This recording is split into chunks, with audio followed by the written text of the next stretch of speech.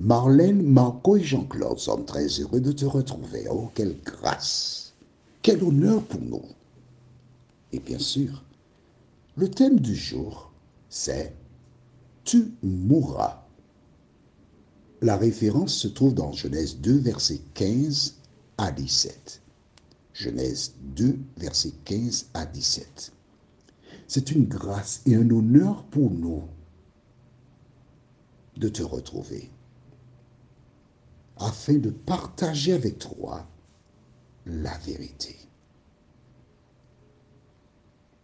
Comme toujours, nous faisons appel au Saint-Esprit afin qu'il nous conduise dans toute la vérité et que la parole trouve dans nos cœurs, oui, je dis bien dans nos cœurs, le tien, le mien, une terre fertile où elle portera du fruit.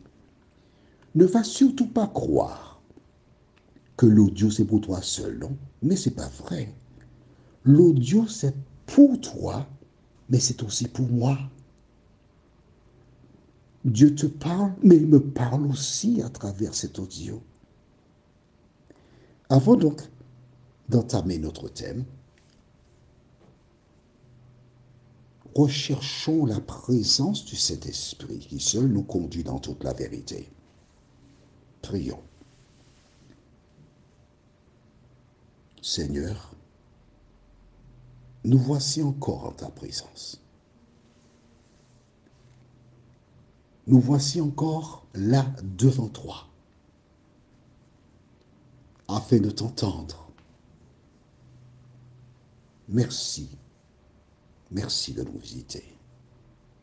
Cet esprit, nous continuons de nous tenir devant toi. Facilite notre compréhension. Conduis-nous sur le droit chemin.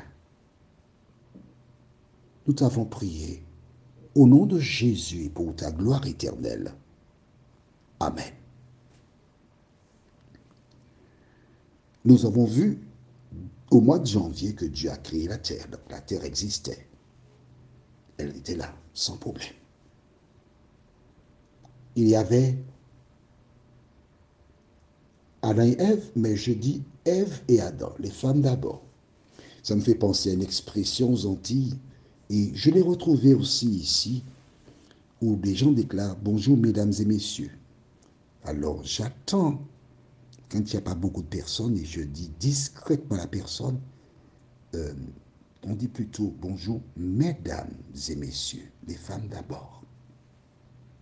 Certaines personnes le prennent bien, d'autres ont des remarques, mais qu'importe. Je n'ai pas le choix. Quand je vois quelque chose de positif, je le dis. C'est ainsi qu'on peut éclairer les gens. Donc, il y avait Ève et Adam dans le jardin d'Éden. Et Satan fut précipité sur la terre. Il a une rage. Mais n'oublie pas, il a un plan. Quel est le plan? Lisons au livre de Ésaïe chapitre 14 et nous lisons les versets 12 à 14. C'est quelque chose que nous avons déjà lu. D'accord?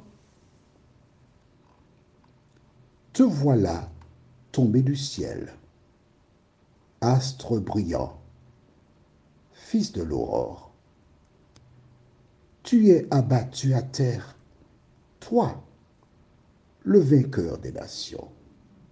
Tu disais en ton cœur, je monterai au ciel. J'élèverai mon trône au-dessus des étoiles de Dieu. Je m'assiérai sur la montagne de l'assemblée, à l'extrémité du septentrion. Je monterai sur le sommet des nues. Je serai semblable au Très-Haut. N'oublie jamais le plan de l'adversaire. Son projet est semblable au Très-Haut, est semblable à Dieu. Et quand tu es semblable à Dieu, c'est de recevoir tout ce que Dieu reçoit. Est-ce que c'est clair pour toi? Bien. Sur la terre, Dieu avait Ève et Adam. Et il leur a donné un ordre. Quel est l'ordre? Allons au livre de Genèse, chapitre 2, les versets 15 à 17. Genèse 2, versets 15 à 17. Déclare: L'Éternel Dieu prit l'homme et le plaça dans le jardin d'Éden pour le cultiver et pour le garder. L'Éternel Dieu donna cet ordre à l'homme: Tu pourras manger de tous les arbres du jardin, mais tu ne mangeras pas de l'arbre de la connaissance du bien et du mal, car le jour où tu en mangeras, tu mourras. Ces versets de la Bible sont capitaux. Beaucoup de personnes qui lisent cette référence ne comprennent pas. Pourtant, c'est du français. Hein? Pourquoi elles ne comprennent pas? Parce que ces versets ont beaucoup de sous-entendus. Et c'est ce que nous découvrirons ensemble, toi et moi. Mais avant tout, j'ai une question pour toi. Pourquoi Dieu a-t-il placé un arbre au milieu du jardin et il a dit à Ève et Adam de ne pas y toucher? Alors certains déclarent que Dieu les a tentés. Que représente cet arbre-là? C'est ça la question. Alors, est-ce que tu as trouvé la réponse? Tu réfléchis? Que représente l'arbre? Pendant que tu cherches la réponse, je vais te donner un élément. Je te donne un élément très important. Lisons Genèse 2, versets 1 à 3. Ainsi furent achevés les cieux et la terre, et toute leur armée. Dieu acheva au septième jour son œuvre qu'il avait faite, et il se reposa au septième jour de toute son œuvre qu'il avait faite. Dieu bénit le septième jour, et il le sanctifia, parce qu'en ce jour, il se reposa de toute son œuvre qu'il avait créée en la faisant. Est-ce que c'est clair pour toi? Bien. Je vais utiliser une métaphore. Marie-Gabrielle, c'est une jeune femme qui a épousé Polo. Et quelques temps plus tard, elle est enceinte. Tu ne vas pas me demander comment elle a fait pour être enceinte. Quand même. Bon, si tu ne sais pas comment, ben écoute, quand tu auras de l'âge, tu comprendras cela. Chaque mois, le fœtus se développe dans le sein de Marie-Gabrielle. 40 lunes, à un moment donné, voici Marie-Gabrielle qui a des contractions. Ça veut dire que l'enfant n'est pas loin de sortir. La sage-femme, on dit à Marie-Gabrielle, ne pousse pas, attends les contractions pour pousser. Mais Marie-Gabrielle souffre, elle veut en finir. Alors elle pousse quand même. Marie-Gabrielle ne fait pas cela. Finalement, il y a une contraction et le bébé sort. Quand le bébé sort, ce jour-là est répertorié et ça devient la date anniversaire du bébé. On parle bien de date. OK? Et l'anniversaire du bébé qui grandira, qui deviendra ensuite un jeune enfant, un adolescent, etc., la date anniversaire ne changera jamais. Concernant le jour béni par Dieu, ce n'est pas une date, c'est un jour. Donc le jour, comme on a vu, c'est toujours le même. Alors, pourquoi Dieu a-t-il mis l'arbre dans le jardin d'Éden? l'arbre et le 7e jour sont kif bourrico, ça veut dire identiques. Ève et Adam pouvaient manger de tous les fruits qui sont dans le jardin d'Éden. Liberté totale. Mais chaque fois qu'ils passeraient près de l'arbre de la connaissance du bien et du mal, c'était le moyen par lequel ils devaient se rappeler l'arbre de Dieu. Dieu existe. Dans le temps, Dieu savait qu'il n'y aurait plus d'arbre. Il a mis le 7e jour afin qu'on se souvienne de lui. C'est le même exemple. C'est le même test.